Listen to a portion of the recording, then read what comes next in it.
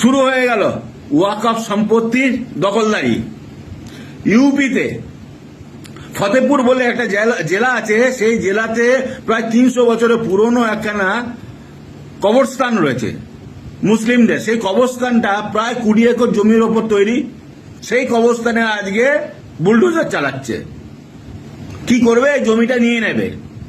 আর দুদিন বাদে শুনতে পাবেন এই জমিটা আদানি আর আম্বানিকে বিক্রি করে দিয়েছে, খুব সামান্য দামে হয়তো।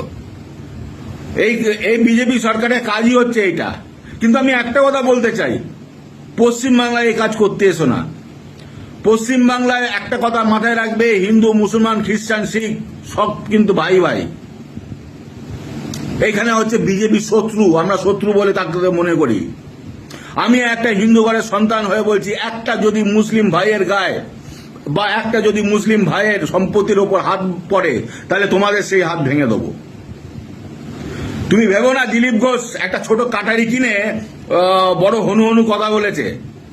ওর থেকে অনেক বড় জিনিস আমাদের কাছে আছে, নিহাত আমরা দেখাতে পারি না।